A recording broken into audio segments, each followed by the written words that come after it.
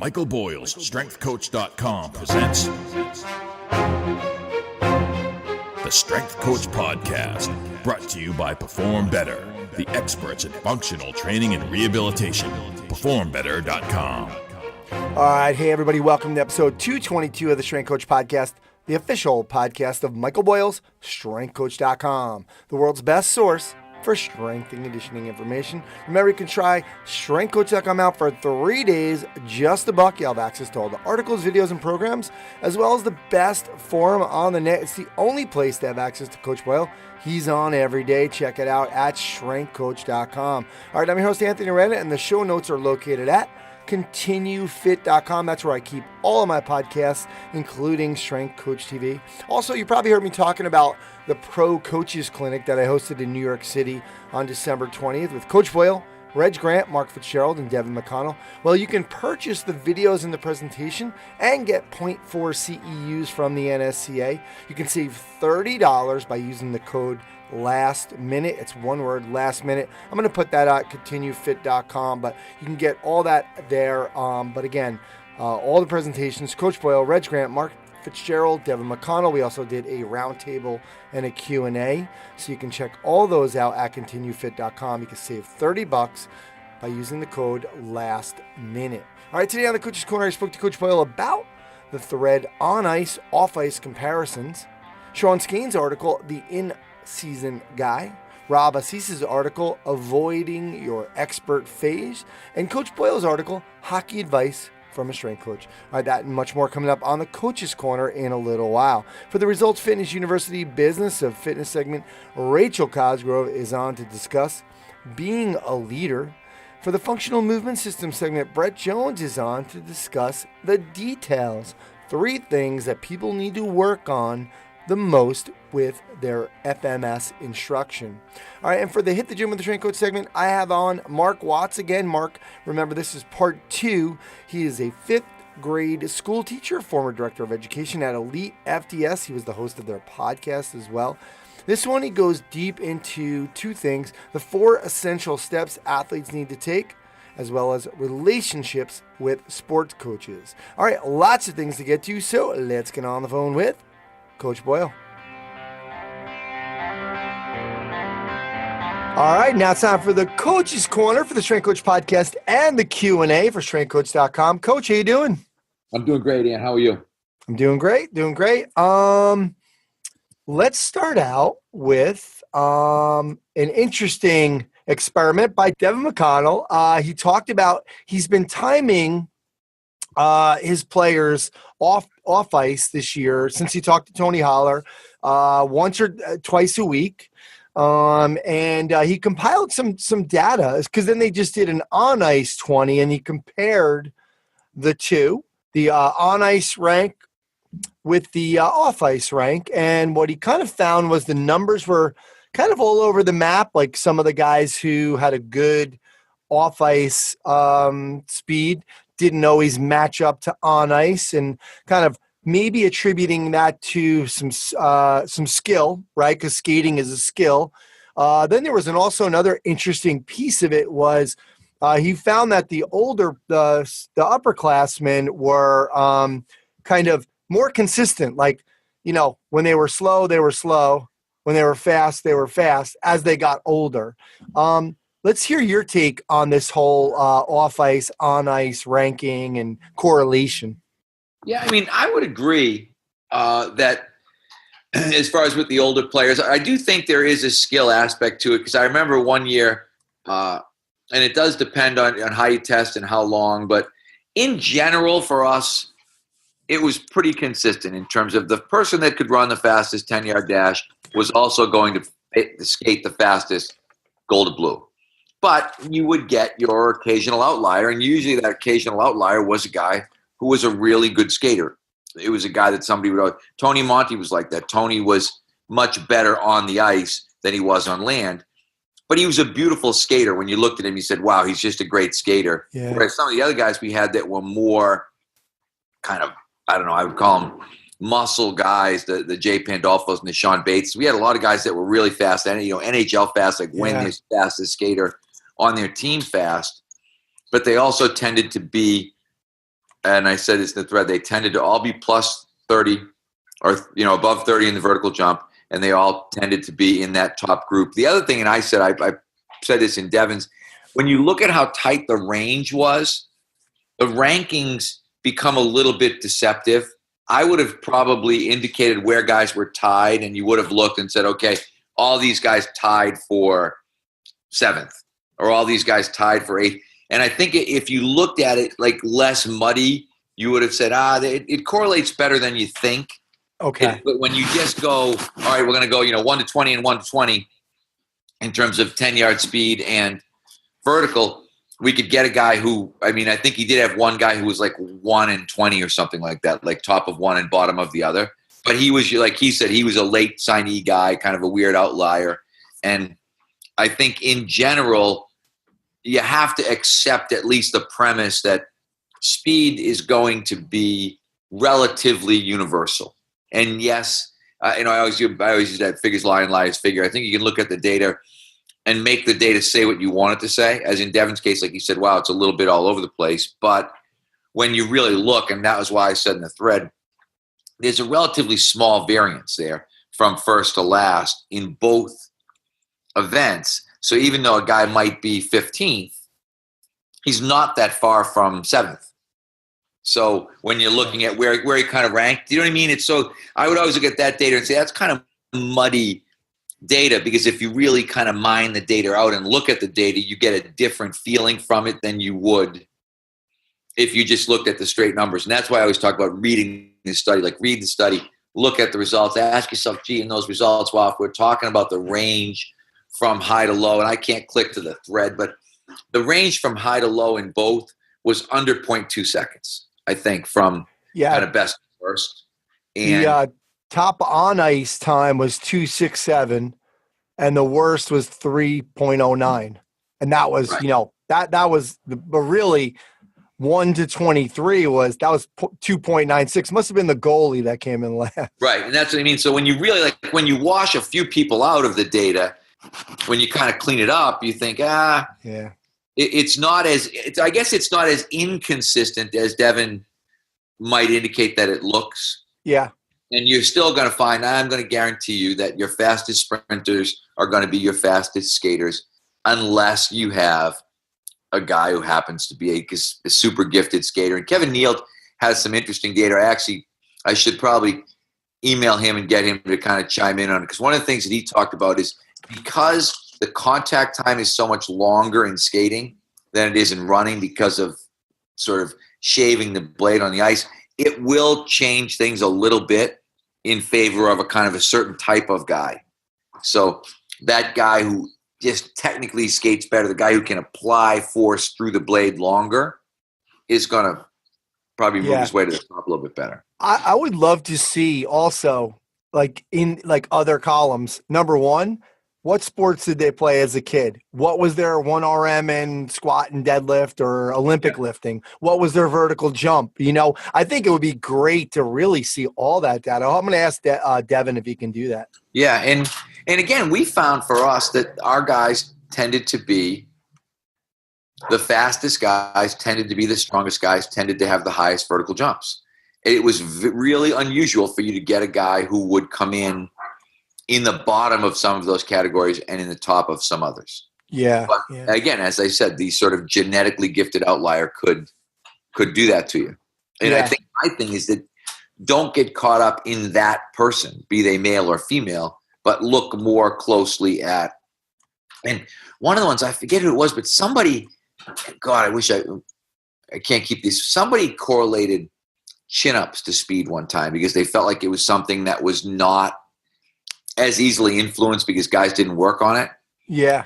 Like Kendall Coyne, our fastest girls are also our best at chin-ups. Kendall Coyne can do, I think she's done 7 reps with a 45-pound plate at a body weight of like 120. And she's our fastest. Alex Carpenter's our second fastest. She's done, I think, 7 reps at 45 in the chin-up. And it's more that, not that chin-ups correlates to speed, but that chin-ups tends to be a pretty good indicator of relative body strength.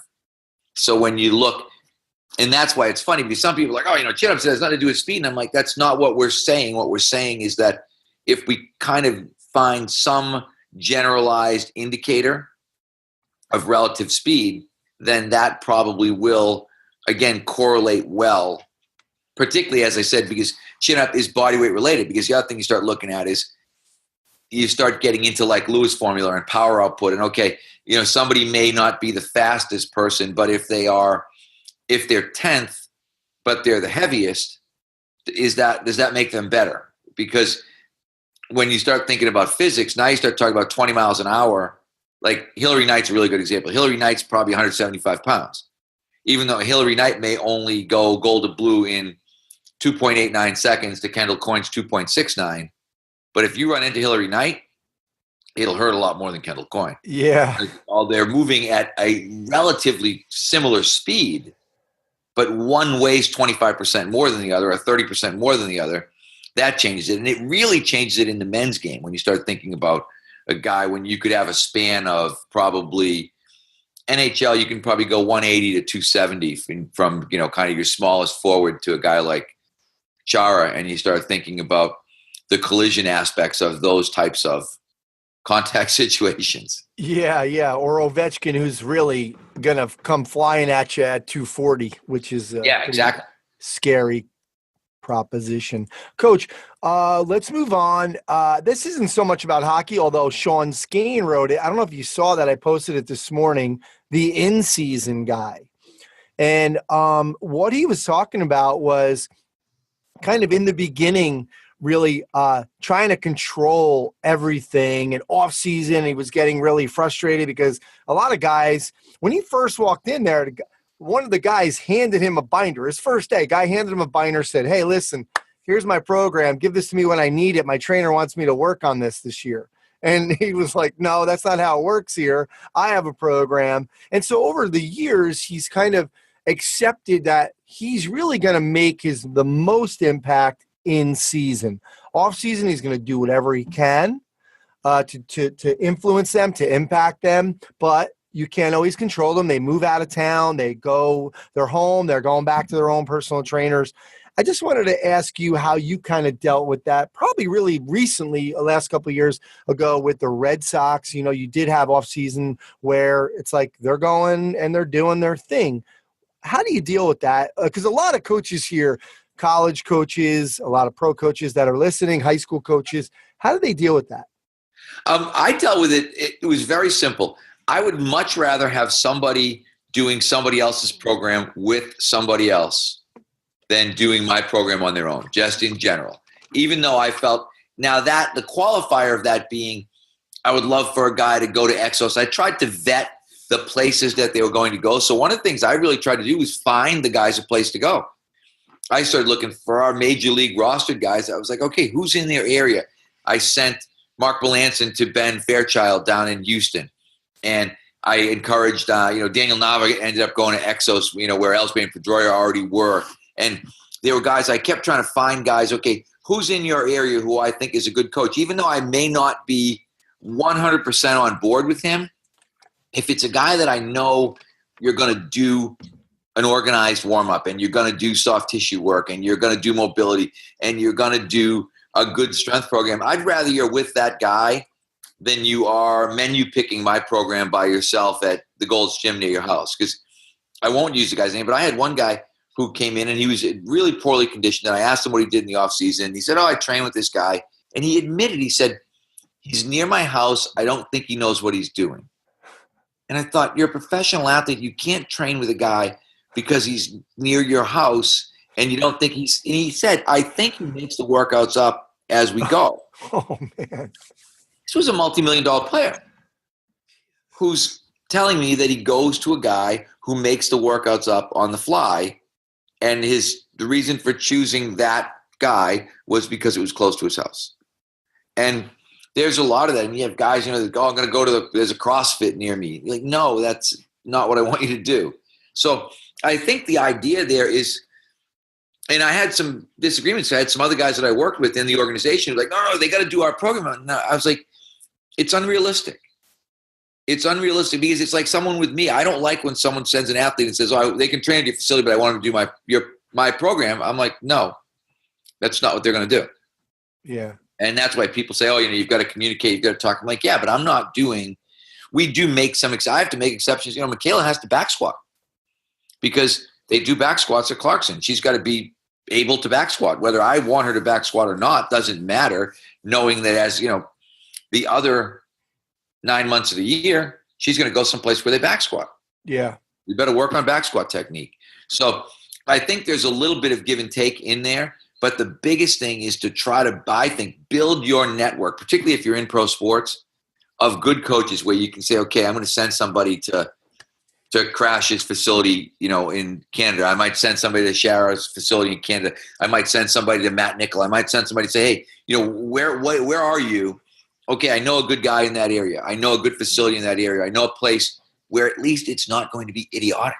It's almost unfortunate to say, but that's about what you're up against to some degree. Is that, okay, you might be going someplace and thinking, oh my God, I just don't go there. Don't be someplace where we're going to be, flipping tires and hitting shit with a sledgehammer and,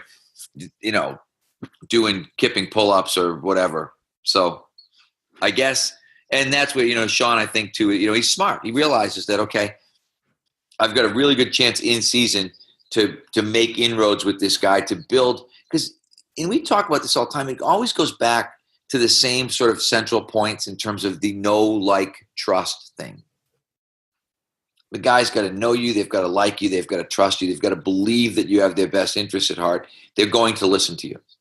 If part of the process is kind of trying to poison the relationship with the guy they've trained with in the summer for the last 10 years, they're not going to know you. They're not going to like you. They're not going to trust you because they already know, like, and trust that guy. Yeah. And you saying, hey, that guy's an idiot. He doesn't know what he's doing. You shouldn't go there, is really, not only is it a waste of time, but it's really counterproductive. Absolutely. Good stuff. Another good article. Sean hasn't written an article in a while, and he reached out to me, and I was like, wow, this was a good one, Sean. And another one, Rob Assis, you had sent me this, coach at a Homewood Flossmoor High School. He wrote Coaching Reflections, Avoiding Your Expert Phase. And basically it was, this wasn't something that he made up. It was a graph that's called the Dunning-Kruger effect. And it observes a series of experiments by some psychologists, and basically saying, like, the beginner kind of has this perception of, even though I know nothing, they feel like they're starting to become an expert in the middle. So that middle phase was that I'm an expert phase. And then that part of the graph goes down as you kind of realize you know nothing. And then you realize how much there is more to know. And then that how much you actually know is always the lowest one. Talk to us about this article, because I know you loved it. Oh, I loved it. I mean, I posted it. I said, it's a must read. I tweeted it. It's a must read. Eventually we'll, because he's had it up on another site. I forget whose site. It might have been on Simply Faster or on his own site. I forget. But everybody should read this, because this is exactly what we're up against all the time. I always say this in terms of the smartest person is generally in their 20s. And they've got it all figured out. They've got all the answers. They talk back. They go, you're an idiot. You don't know what you're talking about. And it comes in various shapes and sizes. But yet, a lot of times it's always the same in terms of it's this extremely cocky, arrogant, young coach who has no idea when you get into that. You don't know what you don't know. Like, you literally don't know what you don't know. You're so dumb that you realize, wow, there's a massive body of information out there that I haven't even begun to access. Yeah. And yet and I loved it. I didn't know. It's sort of like my evolution of a strength coach article. I didn't know that this was documented. I didn't know that someone had said, hey, there are actually, physical effects of that stuff. You know what I mean? Yeah. Like that they actually manifest itself. So it was pretty interesting. When I read it, I was like, oh my God. I immediately emailed him and said, hey, I got to get this on the site. Can we? And it took a little while because he had some images in there that were not like kind of stock images. I think, people kind of put pictures and stuff in. And Oh, yeah. Okay. I got to make sure I get permission to use all these pictures and all these graphs and all these charts. I know. I think I left one of them out just because I was like, I don't trust that one. That's I'm worried about it. But it's funny because Rob is a lot like Tony Holler in the sense that he's another one of these really super smart high school coach type of guys that, like you look and he's teaching mathematics or he's teaching, in Tony's case, chemistry or whatever. So they're really bright guys. They really understand a lot of things. And so they pop up with just, it was just like amazing information. Yeah, it's just great that nowadays too. I remember when I first started the podcast, even some of the strength coaches that I would get on, they were like, I don't know what to say, or, they didn't have a platform. They didn't have a blog, nothing. And now it's so easy for people to have more of a platform. And so we're starting to see guys like Tony and Rob come up with, and we can see their stuff. Well, Coach, let's talk about something you are an expert in, even though you never stepped on the ice, and that's hockey. You wrote Hockey Advice from a Strength Coach. Let's just go over quick some of the things that you said. Look, I've been doing this for 30 years with hockey players, and I know 3 things. Yeah, it's funny. Like I said, we know that speed matters, and I think that's really important. And I think it's one of those articles after I read Tony's article, I said, I really need to write this article. And I really need to get people to understand that they need to time these, because I've had this conversation probably hundreds of times and never put it down on paper, saying time your athletes, figure out who actually is the fastest, because, and I alluded to kind of the Moneyball effect, but I love Moneyball. I love the book. And I love this early part where Billy Beane is saying to these guys, hey, I don't want guys that look good in jeans. I want guys that can play baseball. And that's a huge hockey problem where people, and I use Nick Bonino as an example, but Nick Bonino was a guy that right from the beginning, the coaches said, yeah, Bonino's an unbelievably skilled guy, but he's not a very good skater. And I thought, okay, Bonino's not a very good skater. And I thought I could really help Bonino as he gets stronger, as all these things. But like I do with everybody, I timed all the freshmen. And I came back to them and I said, guys, he's not a great skater, but he's not a poor skater. He is absolutely positively right in the middle of our Division I team. And they almost are, well, yeah, but, the skating, it kind of looks like, and I said, wait a second, it doesn't matter what it looks like. Yeah. What matters is we're talking about how does he get from point A, the goal line, to point B, the blue line, and how long does that take? It does not take him as long as you guys think it takes him. If I asked you, and that was one of the things, so I played around with this thing, I asked them to perceptually, okay, rank the guys. Give me year 1 through 20. And they were so far off. Yeah. Our fastest guy, and it was interesting, I tell this story a million times, but Johnny McCarthy, who's played a lot of NHL games, started with us at BU as a, like a 4th line guy, ended up being a captain for us on our national championship team, played a bunch of NHL games. What an amazing athlete. We talk about what else did he play. He quarterbacked the best high school football team in Massachusetts from his sophomore, junior, senior year. And I argued about us recruiting him, saying we need to recruit this kid. He plays 20 hockey games a year, and he's an amazing football player. He's going to be a great player. But he was our fastest skater. He was also, not surprisingly, the guy that we used in 5-on-3 penalty kill situations. And they would always say, well, yeah, he manages to get there. I'm like, well, we know why he manages to get there. Now, he manages to get there because he's the fastest guy that we have, which is why he can make that big swing from point to point when you're trying to kill a 5-on-3 power play and get there. And, and they were like, oh, he's always willing to block a shot. I'm like, yeah, but if he wasn't there, it doesn't matter that he's willing to block a shot.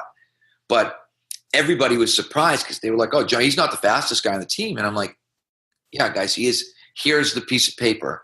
Here are the times. He's the fastest guy on the team. Here, and then there was one of the kids that they had rated, whose name I will not say because he'd be insulted, but he was dead last. And he was a little quick energy guy, road runner, legs always going. And they were like, he's fast. I'm like, no, he's not fast. He's Michael Flatley. He's feet going really standing in place. And I said, he's last. He's the slowest guy on our team. And it was really great for our coaches because I think for the first time, suddenly we were more, and you know me, I'm not a huge monitoring data-driven guy, but I do believe that in certain situations, I think you should know. We did this with our Olympic girls. Hey, I want to know who the fastest girl is. I don't want to know who you think the fastest person is. I want to know who the fastest person is. And some people, even now, even more time in tens, my son Mark sometimes be like, I don't know if the time is working. I'm like, the time is working. That's the time that you ran. Okay. This thing, it's pretty infallible.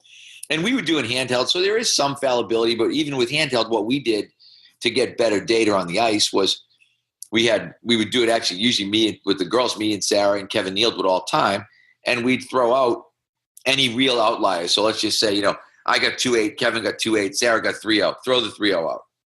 Then we'd get about 9 actual times on each girl. Then we'd throw out the high and the low again, and then we'd average the 6 that we had remaining so that we'd get a pretty accurate representation, even though we were doing handhelds. It's like, we're not going to take, Anthony did 1.27. All right, well, we'll call him a 2.7.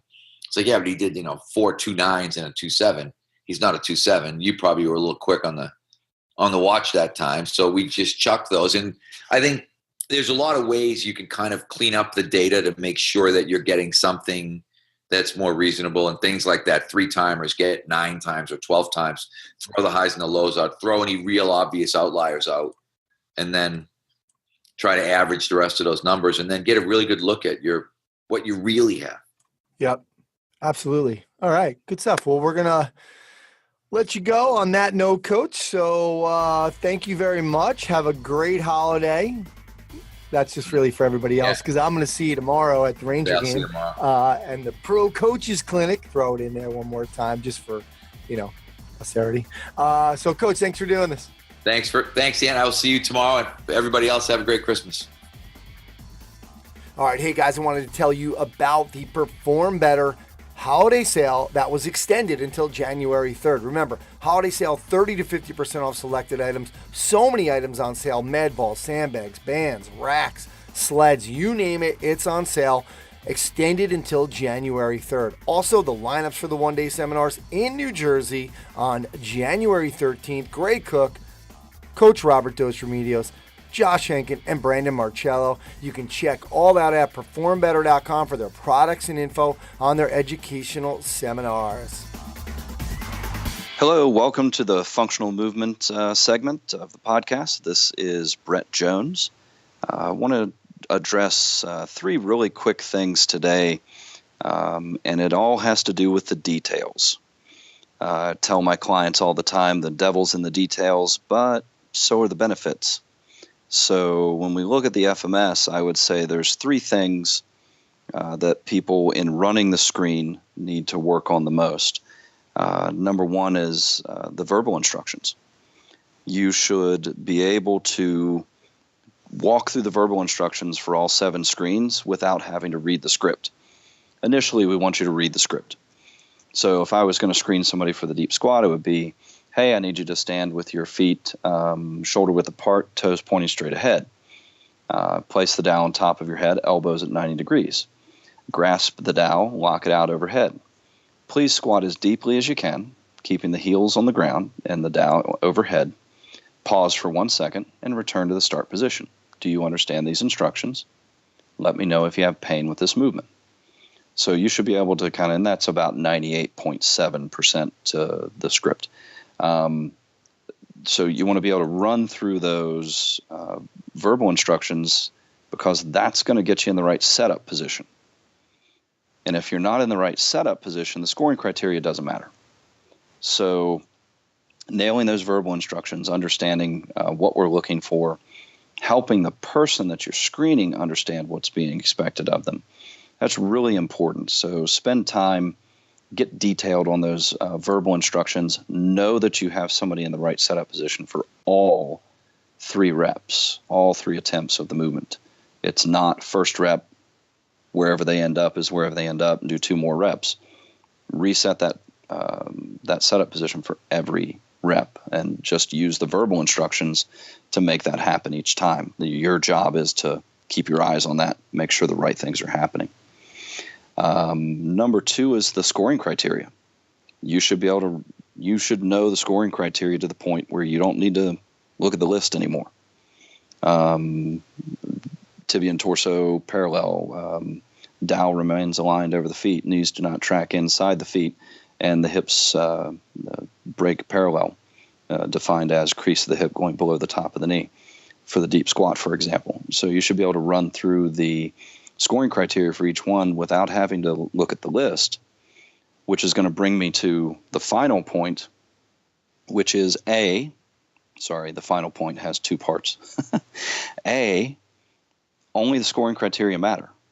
We'll see it all the time. Somebody will squat and somebody will say, well, I saw their low back do this. It's not one of our scoring criteria. So you make your life a lot easier by not trying to add things to the scoring criteria. Keep it very simple. Keep it by the numbers. The screens, the movements only get numbers, 3, 2, 1, and 0. There is no 2.5, 1.78. There's 3, 2, 1, and 0. So don't add to the scoring criteria, and also step back and just watch the movement. If you're dialed in on the verbal instructions, if you're dialed in on the scoring criteria, and you're managing the setup positions correctly, you know the verbal the scoring criteria. Then you step back and watch them move, and the mistakes become very obvious. You'll start putting movements into the correct buckets very easily. 3, 2, 1, and 0 become real easy when you step back, watch the movement happen from the proper setup position, and you appropriately apply the scoring criteria. So devil's in the details, but then you got to just step back and watch it happen. And if you go through that process, nailing the verbal instructions, knowing how to get somebody in the proper setup position, knowing the scoring criteria so that you can step back and just watch the movement, you'll be a more effective movement screener. So this has been the functional movement screen section of the podcast. This has been Brett Jones. Happy screening. Hey everybody, Rachel Cosgrove with Results Fitness University on the Business of Fitness segment with the Strength Coach podcast. And I want to talk about being a leader, leading in your company. You may not realize how, whether you are on maybe you're a trainer on your own who's thinking about starting your business. Maybe you haven't built a team yet. Maybe, you're running working with your clients, or maybe you're starting to build your team and you have, people working under you, and you have, you're starting to build your company. Well, wherever you're at in your business, whether you're just getting started or whether you're further along, realize that you are a leader, and you have to think about stepping into that leadership role sooner than later. And when I talk about stepping into a leadership role, there's a few things that are really important about that role. Number one, you have to lead by example.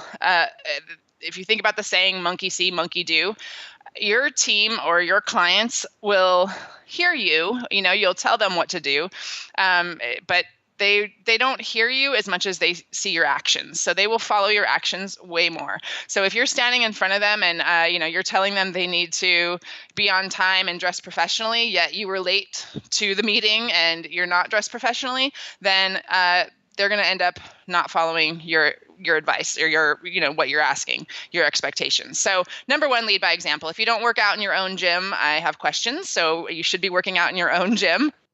If that's what you sell, then you should be an example of that. So, whether you're following, and you should be following your own training programs, you should really have your own coach if you believe in coaching. So that's the first step to being an amazing leader, is lead by example. Second, set a standard. Don't be afraid to set a high standard. It's not easy. It is not easy to lead a business and to set that standard, but never apologize for having those high standards. If you have a team who are on board with your mission and with your bigger picture of where you're going, they will step up and meet those standards. So for us at Results Fitness, we set extremely high standards, and our team know that. They know that, it's not a place that you're going to work where we're going to let you slip.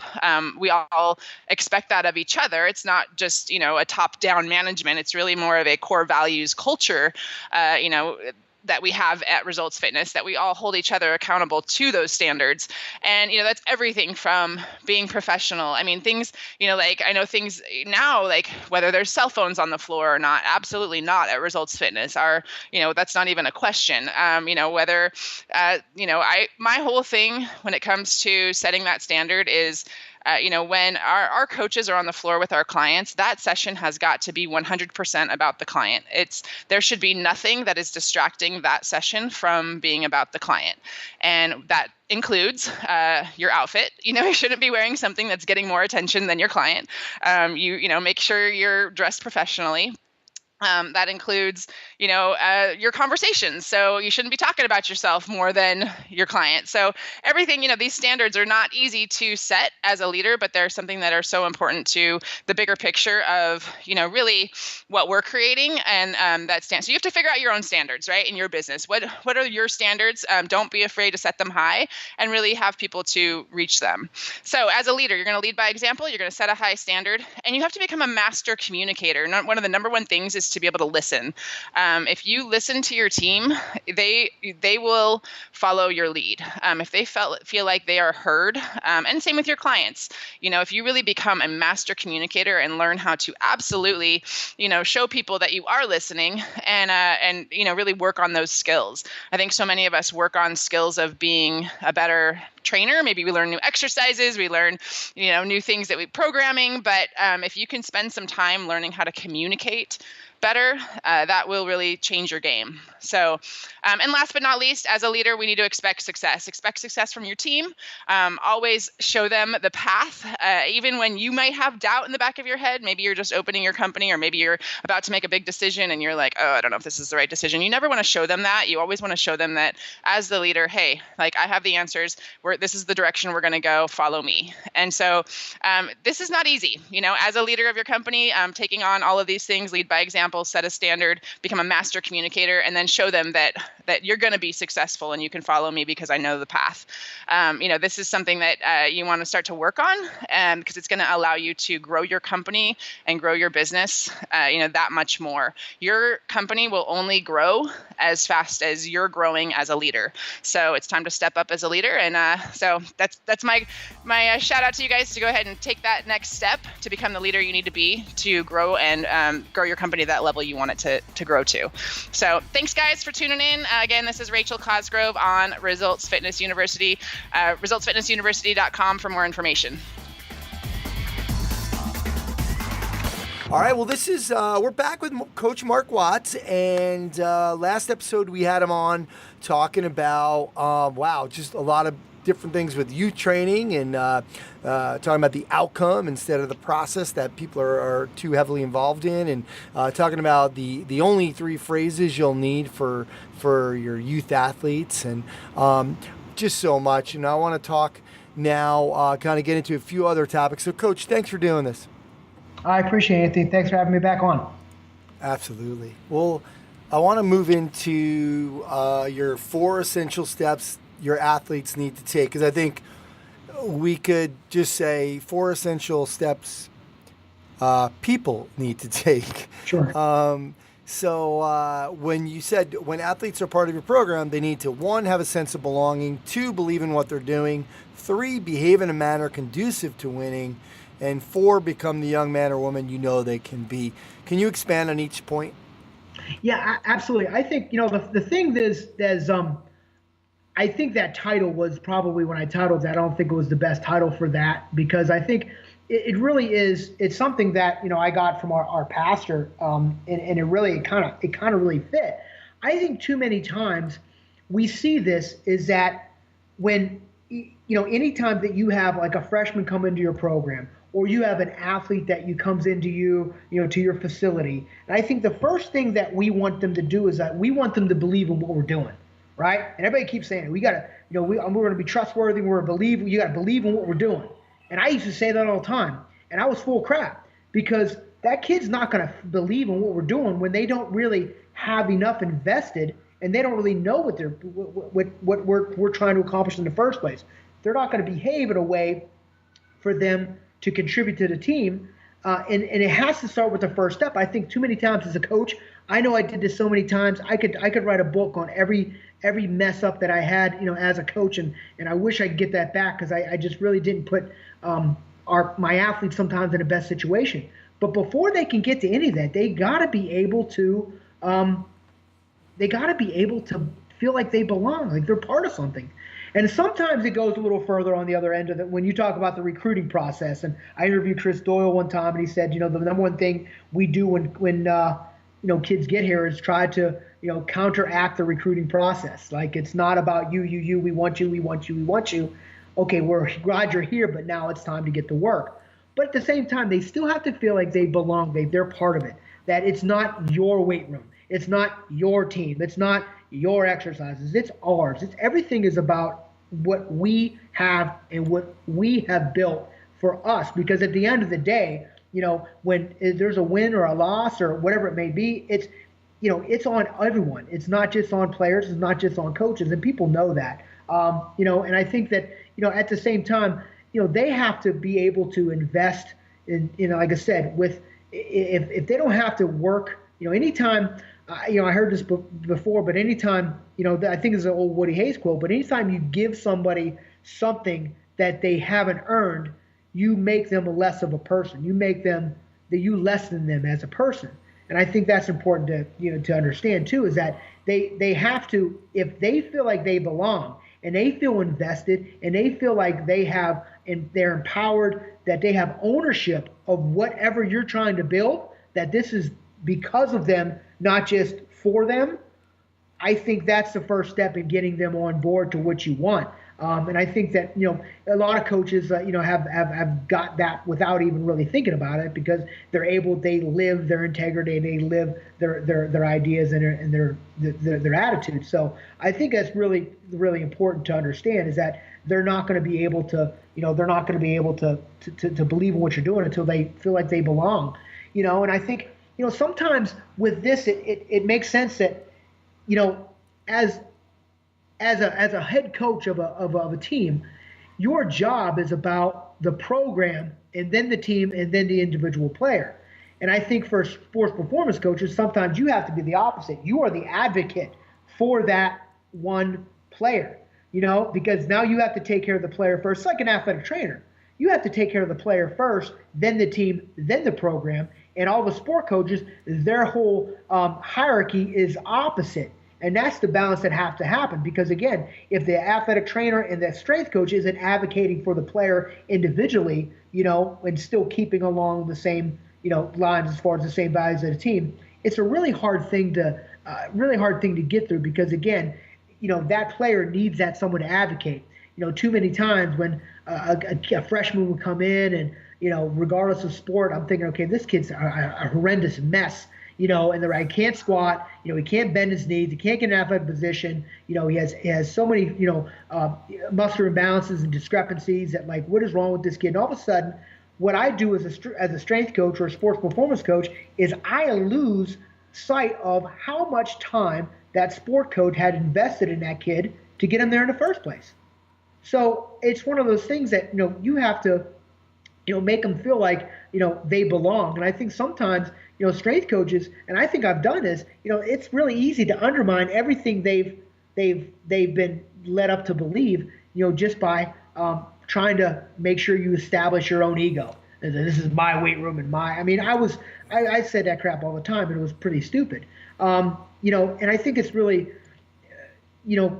really hard to really, get over that when you first do it. And I think when people believe in what you do, I think they have to see themselves in it themselves. They can, and I think that people talk about, you have to be trustworthy. I used to say that all the time. The first thing I got to do to get these kids to believe in what I'm doing is I got to be trustworthy. But after a while thinking about it, Anthony, I don't think that there's a way you can be trustworthy. I think trust is something that the kids get, that they give you. I can't say I'm going to be trustworthy, because guess what? I don't care what you say to me. I might not trust you based on factors you don't control, So that's a whole cliche. It's like, you got to be trustworthy, and you got to build relationships. And I think those are two cliche terms that the person trying to build those don't really control, because at the end of the day, if you're not true to who you are, I don't care how much you try to get to know the kid. If there's something about you that the kid doesn't trust, then you haven't built a relationship. All you've done is, tried to approach the athlete. So I think it's really important that we really are cautious about how we use that terminology, and have them believe in what you do. They have to feel like they're a part of what you do. And like I said, I think that and when they behave the way that you feel is going to be important for their success, not because you behave. There's a lot of coaches that can do all the the dog and pony tricks. You know what I mean? And I think those are really kind of transactional. And it's really just because you do what I say, like Sean Griswold was one of the guys that I interned for at Tulsa, and the one thing he says, he says, these kids, they will do anything that you ask them to do, as long as they know you care about them. That's not the deal. You can have them do anything. They don't, and it's not about what you can make them do. You can make them do whatever you want, and some of them are just, they're doing it because you told them to do it. That's the whole thing about mental toughness. Well, we're going to make them do all these hard things. We're going to pretend like they're Navy SEALs, even though they're not in the Navy, and make them all do these team building things, to make them mentally tough. Or they really develop. I mean, if they did that on their own and they made the decision, maybe that's mental toughness. But they're just doing what you told them to do because you told them to do it. Is that obedience, or is that really mental toughness? And again, are you making them do these things because, is that for your ego? Or is that really helping them be a better athlete, be a better person, and be a better, in the future, be in the best version of themselves? And I think that's what, it looked like Joe Ehrmann wrote the book, and I think he talked about transactional versus transformational coaching, and I think we've talked about that a lot, and I've heard some on your podcast as well. That what that really means. Are you doing this for you, or are you doing this for them? Because that's two different things, and I think that really takes, some humility. To step back and say, I always say, it's not what you make them do. They'll do whatever you ask them to do if they believe in you. But it's, who are they becoming because of you? Because they're gonna at the end of a couple years, they're gonna leave your program. They're gonna age out. Maybe they stay on as after they're done with their playing career. But at the same time, like, they're gonna age out. And who are they now? What have you done? Is your impact still staying with them long after they've gone and long after they're not being coached by you? Are you still impacting people, long after they've gone and they've done something else? So I think that's, to me, I think it all comes back to, when you talk about, believing and behaving and becoming who they can potentially be, it all comes back to feeling that they belong. If it's not something that they feel they can be, that they can be a part of, if they don't think, it goes back to Lencioni's, 3 signs of a miserable job. If they don't feel like, it comes back to, anonymity, immeasurement, and irrelevance. And I think when you talk about irrelevance, do they really feel that if they're showing up on time, they're doing the right things, they're working their ass off, is it really making a difference in the whole team? And we as coaches, we have to be able to communicate that. Like, yes, you showing up every day, you going to bed at an hour earlier, you eating breakfast, right, instead of grabbing a bar, protein bar on the way. Like, all those little things, like, yes, they're making a difference. Yes, because you're allowed to be selfish when it comes to, I'm going to do everything I can to make this team better.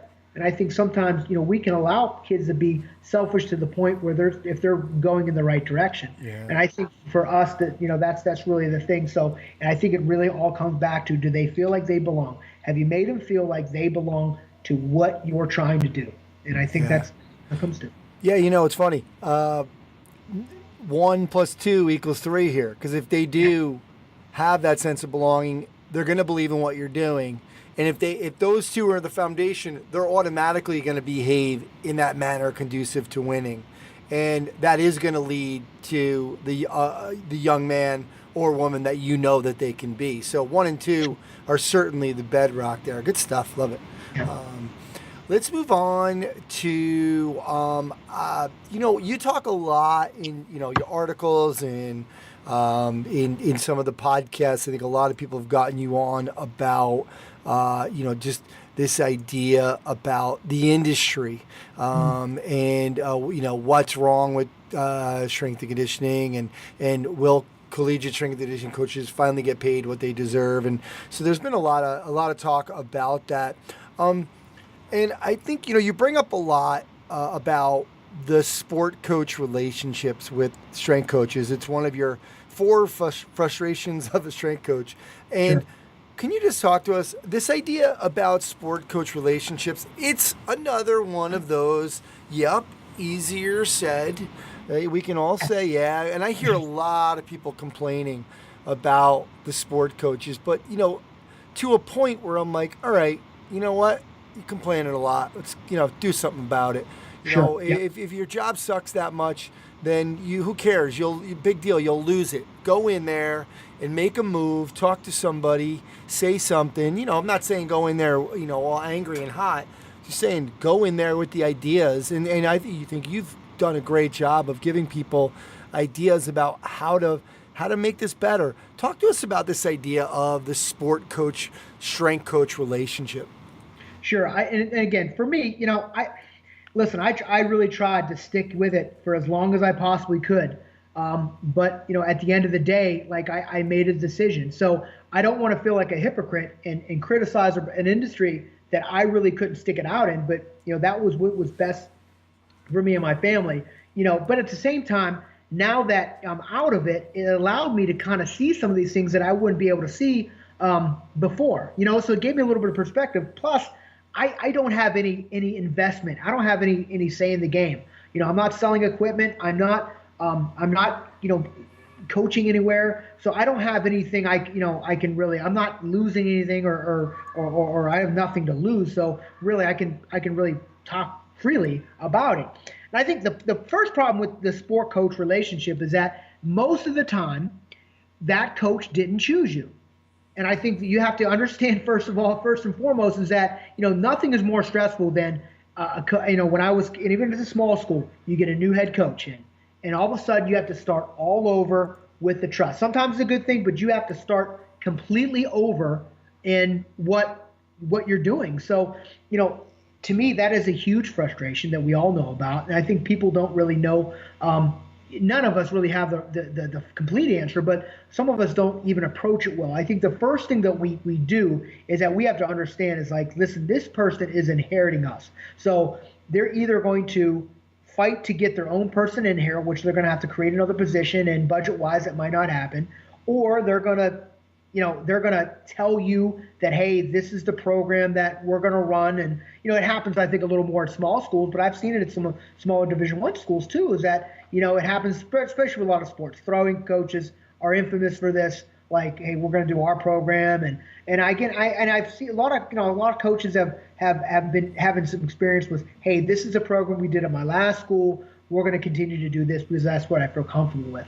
And I think sometimes we don't know how to approach that. They're either going to try to get rid of us, and it depends, that depends. That's when you have to go back to your head strength coach or your AD and make sure that, what you're doing is, secure. And that goes back to, if your AD can really evaluate if you're doing a good job or not. And I'll argue that he can't.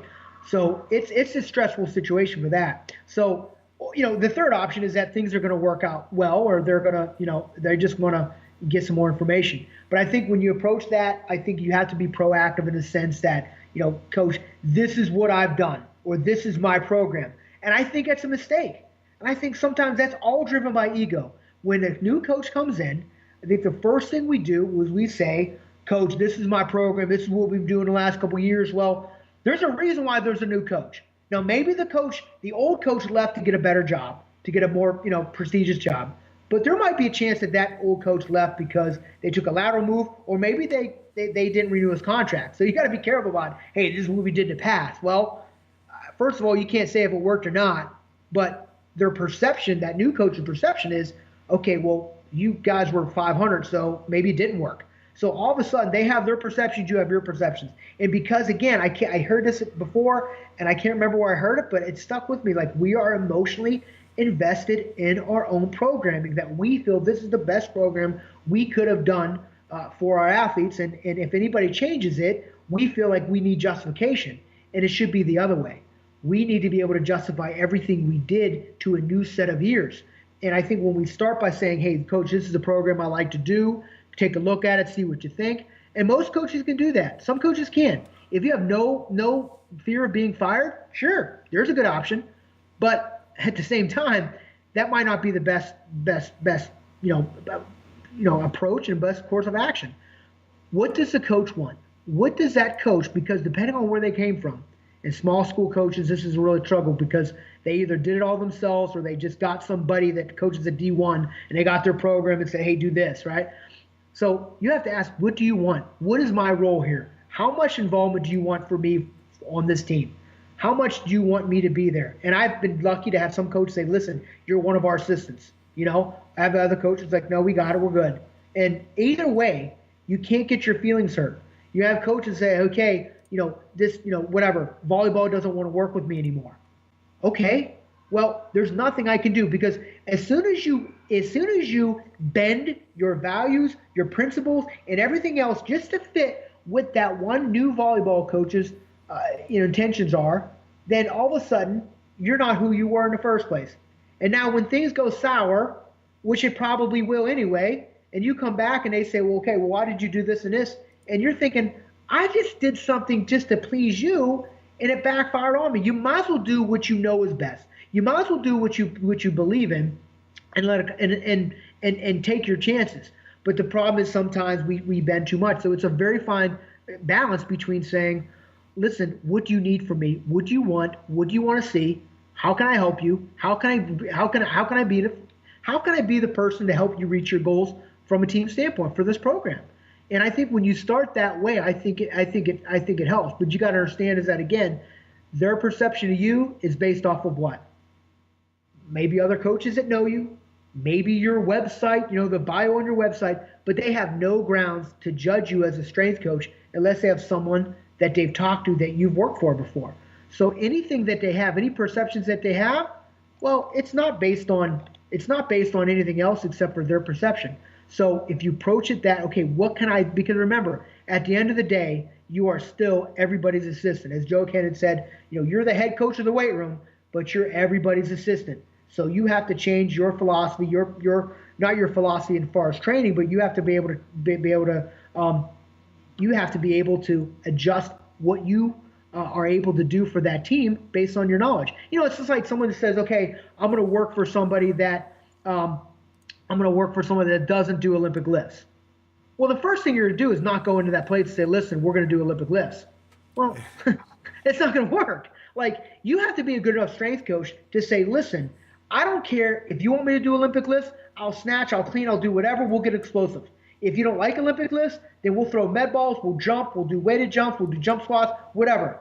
We'll still get strong and explosive. You're the sports performance professional. If they give you a weight vest and a bag of Cheetos and say, get my guys more explosive, you better do it.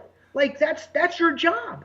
That's your job. It's not about, it's really not about, your ego and, hey, this is the best way to do it. Well, that's the best way to do it. But guess what? That coach that got hired, who, if they don't win, might get fired, like, that's not he's not married to that training philosophy. He's not saying, okay, we need to do 5-3-1.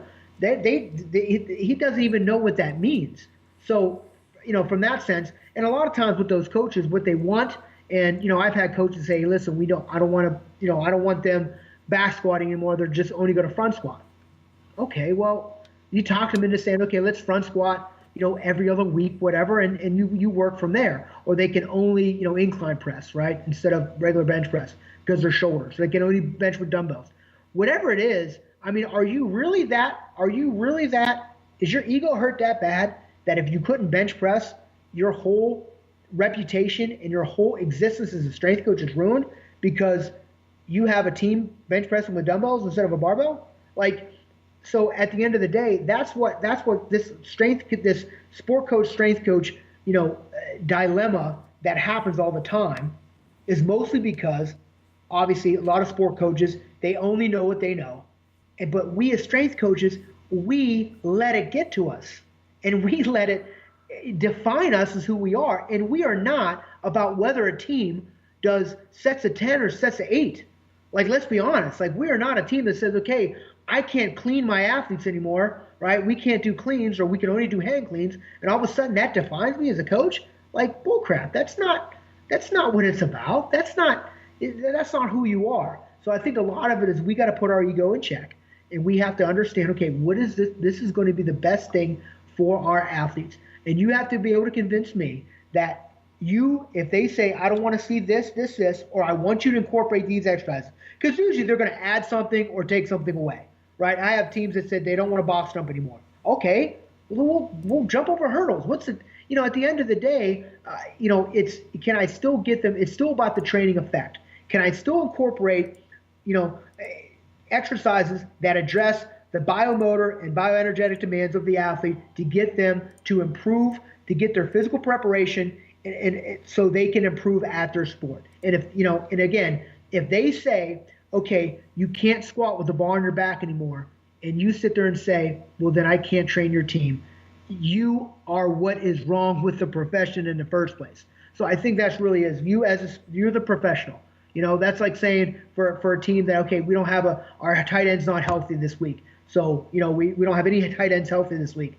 All right, well, you run your offense with no tight end sets. Like this is not hard. And all of a sudden from a philosophy, from a strength coach, it's like we're more married to our philosophy more than anybody else. And I think it's kind of foolish. And I think it makes us look like, we're incompetent because all of a sudden I have a different philosophy and that makes me inept in my position. Well, that's not what a strength coach is, and you and I both know that. So I think that's one of the things from a sport coach perspective. Listen, you can't change your perception. Be who you are. Make sure you say what you do what you say. Be that person all the time. Make sure you're open to communication. I don't think and I've had strength coaches that have resigned because they didn't believe in they thought that the sport coach was trying to put their athletes in an unsafe situation. And I applaud that. And I think we as strength coaches, at any time, you better be. You said it. You better be able to walk away. If these are putting kids in danger and no one's going to listen to you, then you are not your job. You are you're the person that you need to be all the time. And Coach, I think that's really good. Just wanted to kind of expand on that, though, in terms of, like, what are the other options before I quit? I mean, I know you've talked about bringing outside coaches in to evaluate other aspects of, all the aspects of your program. Yeah. But in terms of with that sports coach, how far do you want us to go to work on educating, to working with them, to get them to come to some sessions, to teach them about some of the things that we know? Do we even have to do that, or what is your take on that? Yeah, that's, and I see. I'm sorry I didn't get to the point the first time. The thing is, like, I think it comes back to you have to evaluate. Does my head strength coach? Because normally when this happens, this sometimes it happens to a head strength coach, but a lot of times it happens to an assistant, right? You get a GA, they come in, and all of a sudden they got a sport, and this coach is already mad because they got a GA trainer in their team or whatever, and then that's what happens. I think what it comes back to is that at the end of the day, who am I responsible for from a position? And I've had some people that the worst strength coaches are the ones that are afraid to lose their job, because when at the end of the day, they won't have anybody's back. And I've seen it too many times where you have a situation where, the sport coach wanted the strength coach gone, and the head guy did not stand up for him. And I think that, to me, I think you have to be smart about, when you create that culture, having everything, every time that something happens, make sure that you document it. For example, every time that team cancels a lift, they're going to complain that they're not fast or not explosive, and they have some injuries late in the season, and you go and say, listen, coach, out of the last 16 lifting sessions, you canceled 6 of them, right? There's data right there. Number 2, Babaleo talked about this. Make sure you're talking coach talk. Don't sit there and talk about, conjugated periodization and, because they don't even know what you're talking about. So you're trying to talk over them, and they don't really understand what you're saying. So talk to them the coach talk. Like, listen, we need to test their vertical every couple of weeks. Their verticals are going down because they're not explosive enough. You're measuring all those data that you try to measure. In season might be the most important time to do that, because it gives you some data to say, well, listen, this is where we at the end of the year. this is where we at the beginning of the year because we weren't training. There's some simple things you can do too before you get to that point, like to help yourself, like make sure your kids, like in season, that's where sport coaches get really edgy, and that's where they get really, really concerned. Off season, they never think that you're working their team hard enough, and in season, they feel like you're working them too hard, right? So if you got kids that are sore in season, like that's just not cool, And you can talk to them about, listen, we want to train these kids, at a different time, not during practice. And the coach doesn't want that. They want them to train after practice. They're going to be sore. They're going to be tired. They're going to be fatigued. Don't be dumb and trying to do things that you would normally not do after they just practiced for 2 hours. And I think when you go ahead and you document those things, I think at the end of the day, that's your best bet, is to make sure that you're speaking the language that the coach knows. The coach knows, and make sure you're inviting them to training sessions. Because again, it's hard for me to say, I've had this happen before. We don't want you training our athletes. We don't want them training like a football player, right? Because I happen to coach football at the same time. So my question is, well, how exactly do I train the athletes? How do you train like a football player? And the answer is always, well, I don't know. You just, well, no, they didn't know in the first place. So what I thought was, why didn't I invite them to observe a training session so they understand what they're actually saying? So they can't say, I don't want you training our team like you're doing, when at the end of the day, they don't know how you're training their team because they've never saw it. They maybe saw it on paper, but that doesn't make sense. And I think and as long as you say, because when you communicate with them at the beginning, say, listen, coach, you said you wanted this. You said you wanted this. You said you wanted this. This is a program that I developed, that you approved, that we've been doing. So now at the end of the year, you are not happy with how it went, but you are the one that gave me the outline to what you wanted. So that's another way to say, okay, listen. So at the end of the day, you want to get them to the point where they say, I don't want this coach. I'm going to make this coach miserable because I just don't like them. Because now they have nothing else except for, they don't have any data. They don't know how you train. They're not disappointing in the training because they're the ones that helped you develop the training in the first place. And I think that's really one of the things and that's happened a lot. I've had some kids I've had one of my former interns train a volleyball team, and all that coach wanted, she just wanted her girls to not be able to walk after every training session. And at the end of the day, he was like, she got someone else, she got his assistant to train them, and there it was. Of course, they weren't very good. They were injured, but at the end of the day, that's that balance where you say, okay, this is not who I am. I don't care. And a lot of times when you ask the sport coach why, it'll be even more frustrating, because number one, they'll get offended. Number two, they won't be able to answer why. Coach, why do you not want them to be able to walk? Why do you want them doing depth jumps off of 60 inches boxes? Why do you want them not to train upper body at all?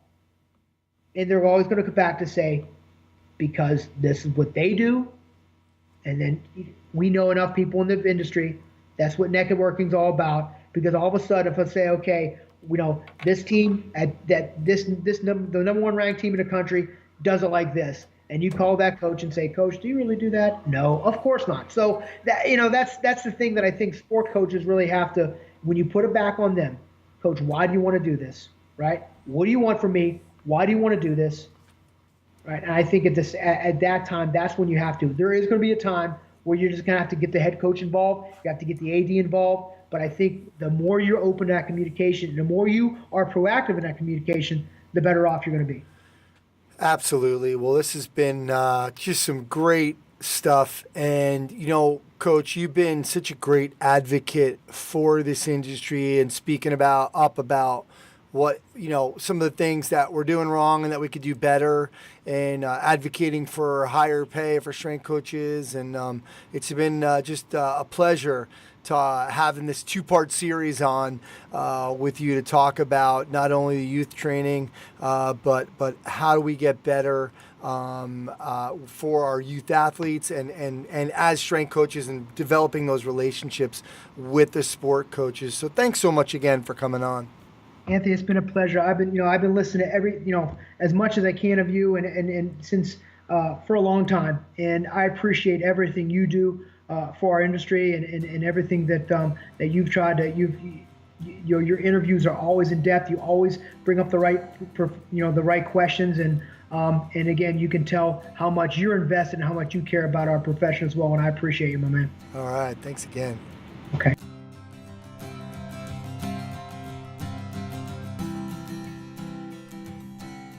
All right, well, that's going to do it for episode 222 of the Strength Coach Podcast. Special thanks to Chris Parr and the folks over at Perform Better. Remember, they extended that holiday sale until January 3rd, 30 to 50% off selected items.